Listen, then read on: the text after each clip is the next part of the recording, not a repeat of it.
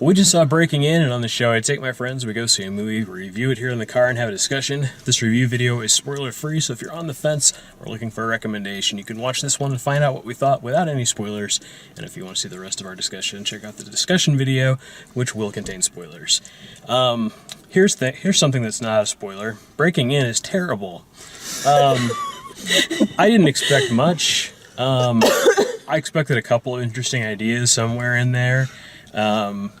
There are some things they do to try and nudge you in the direction of thinking, hey, this is kind of like Die Hard, right? It's kind of. But it's not. It's just really bad. What can I tell you about the movie?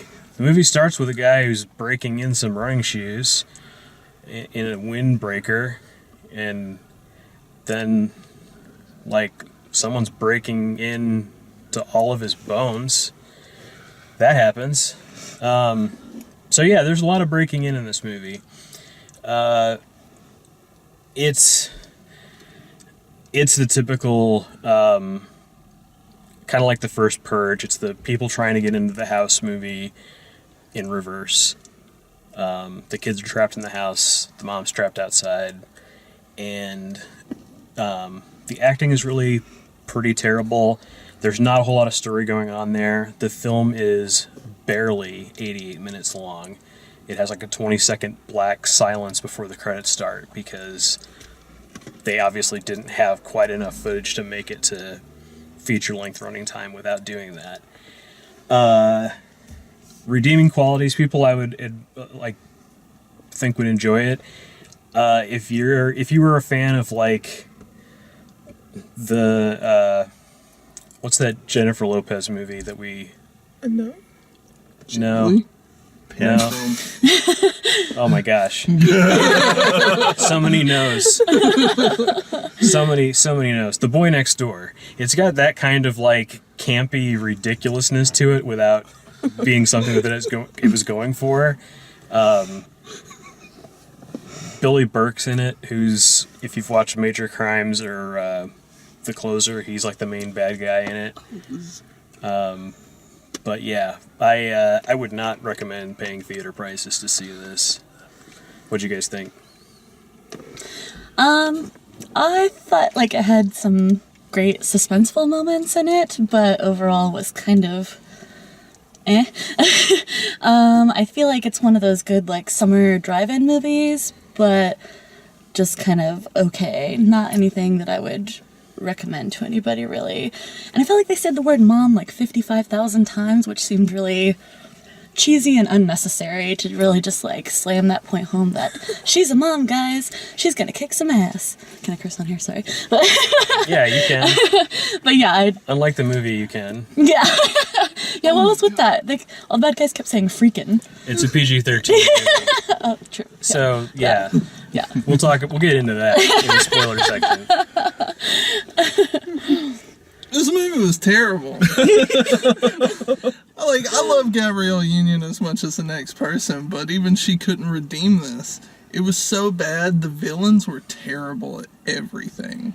I can't express how disappointed I was in this movie. Thankfully, it was only 88 minutes. Mm-hmm. No, just not. Yeah. So, I thought the movie was good. In the realm of I need something to take my mind off of, I don't know, cleaning the house. Okay. You can pop in and pop out and watch this movie and get the same effect.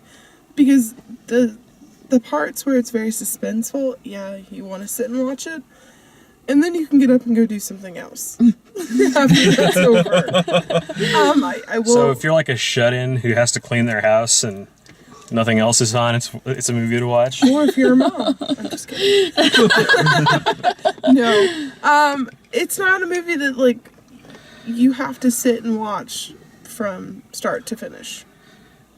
Yeah, I would agree. It doesn't require I would agree attention. that you should not start or finish that movie. It doesn't require your attention that much, but I will agree that it's, drive-in something. Movie theater price, not worth it? No? I don't know. But it wasn't the worst movie I've ever seen. That's saying something, I suppose. I felt it was pretty bad. It wasn't great. It had some redeeming qualities that at least they got to the point of the movie pretty quickly. Like, we're in the house.